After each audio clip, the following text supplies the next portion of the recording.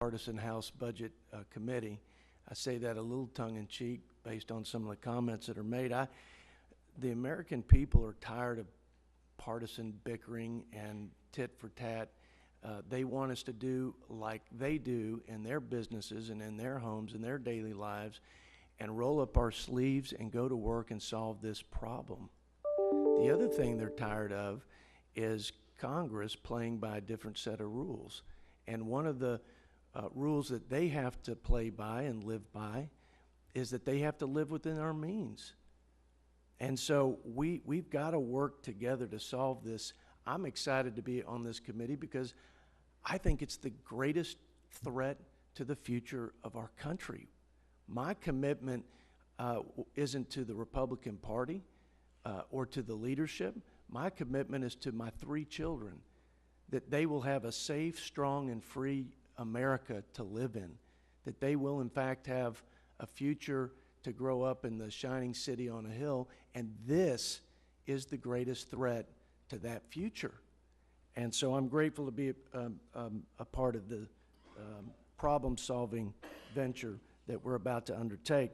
I'm concerned, I think there's spending issues and cuts to be made across the board, but I'm very concerned about the elephant in the room that was mentioned, that mandatory spending and the entitlement programs that were mentioned are squeezing very important investment that we need to make as a country if we're going to have a prosperous nation going forward. Now, I think about agriculture. Ag is the lifeblood of the economy in West Texas. And if we don't make the investment in risk management tools for our farmers or the safety net, we won't have the capacity to feed and clothe the American people.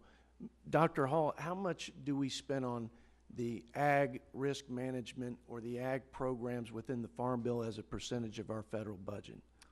I don't know, but it's not a large percentage.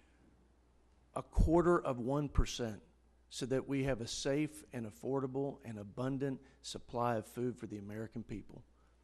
But we've cut billions of dollars in that discretionary program.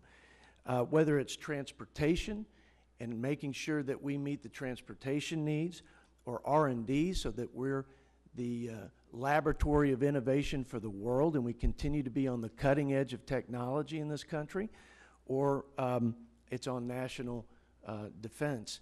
I'm concerned about the lack of investment in these important areas, all because we're squeezing, we've squeezed, I think, just about all the blood out of the turnip on the discretionary side. At what point, Dr. Hall, do we reach diminishing returns on the cuts on the discretionary side, maybe in some of the programs I've mentioned?